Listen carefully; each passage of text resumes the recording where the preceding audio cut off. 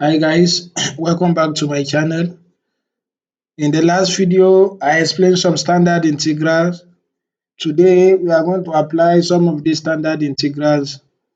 Stay tuned. Recall in the previous videos that I said we have two types of integrals. We have definite integral and indefinite integral. And the difference between the two is that after integration, one has the constant of integration and the other just gave a definite value without the constant of integration. But you have to have it at the back of your mind that the most common integral you'll be dealing with is that of indefinite integral, the one you have to add C. Okay, now today we are moving to integration of polynomial. How can you integrate a polynomial expression? Let me give you an example to back it up. Example, simplify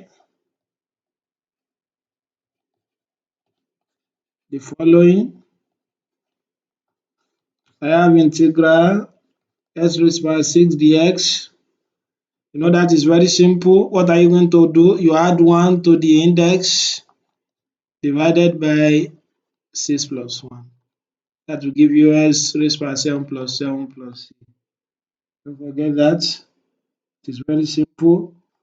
So number 2, you have integral 6 divided by x dx. So integral operator also satisfy linearity property. You know, if we apply this for a scalar multiplication, it means we are going to take out this constant. So that is whenever if you are integrating with respect to a particular variable, you are going to send out the constant out. So this one will give me 6. What is the integral of 1 over s? Don't forget, what did you differentiate that gave 1 over s? You know it is ln x. It means integral of 1 over s is ln x then plus c. Without the constant of integration, it is as simple as that. So another example, integral of 3s raised power 4 plus 4x squared plus 3 dx. So very simple. So it satisfies your linearity property. 3s raised power 4 dx plus 4s squared dx plus 3 dx. So and that will give me 3s raised power 5 divided by 5. You add 1 here, divided by the new index, plus 4s raised power 3 divided by 3 plus 3x. Remember, this is constant. I told you just put x there, then plus c. Don't forget your constant of integration. And lastly, look at this type of question. How do you approach it? The question says I is equal to integral 8x cubed minus 3x squared plus 4s minus 5 dx. Then you are asked to determine the value of I when s is equal to 3, given that s is equal to 2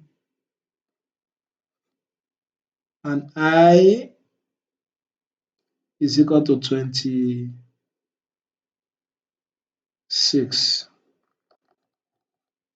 So you have to determine the value of y when s is equal to 2. Okay, let me make it as simple as possible. So the value of I when s is equal to 2 and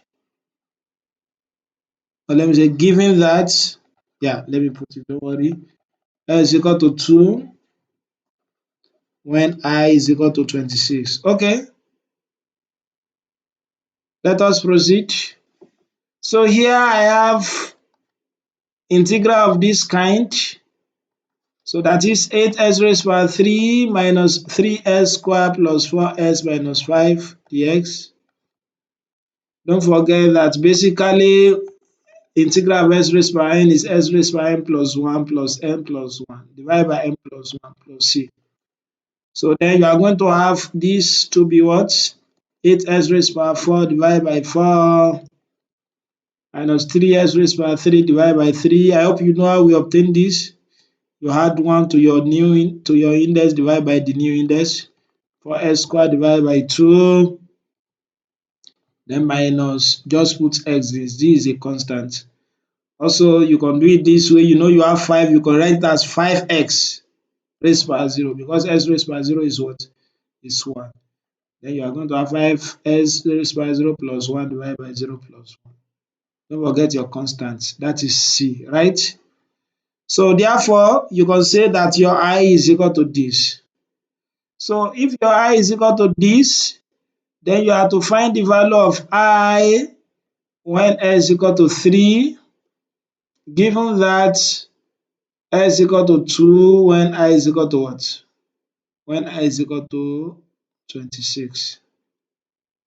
So given that, okay. Now here, the value of I when s is equal to 3, that is when your s is equal to 3, then I'm going to have what?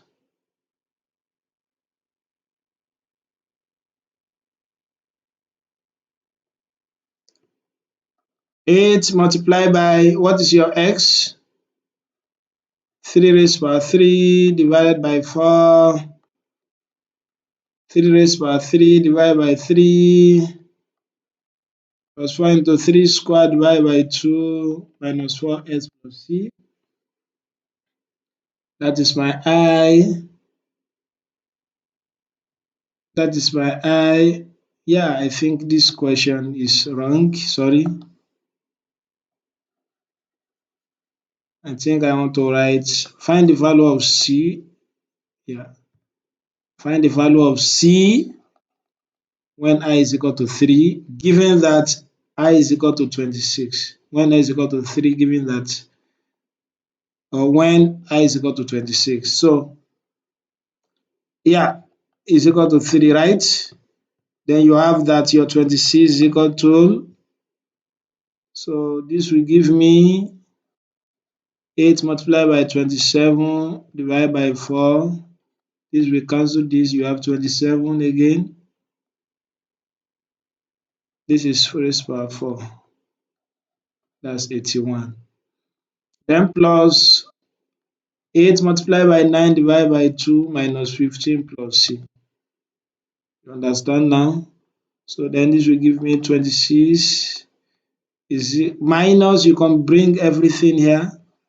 81 times 8, that's 8, 648 divided by 4, and that's 1, remainder what? Remainder 2, 4 in, that's 6, you have 162 plus 27 plus 2 here, 1, 2 here, 4, this one will remain 36 minus 15 is equal to what? Is equal to c.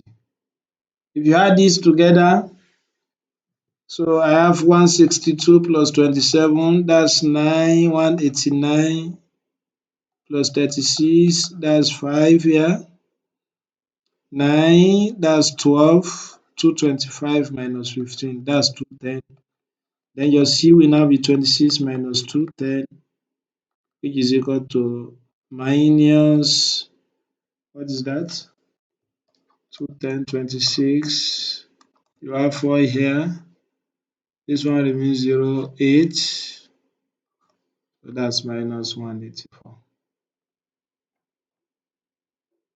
Minus 184. I think this is 2, no, this is 26, 4, yeah, so minus 184.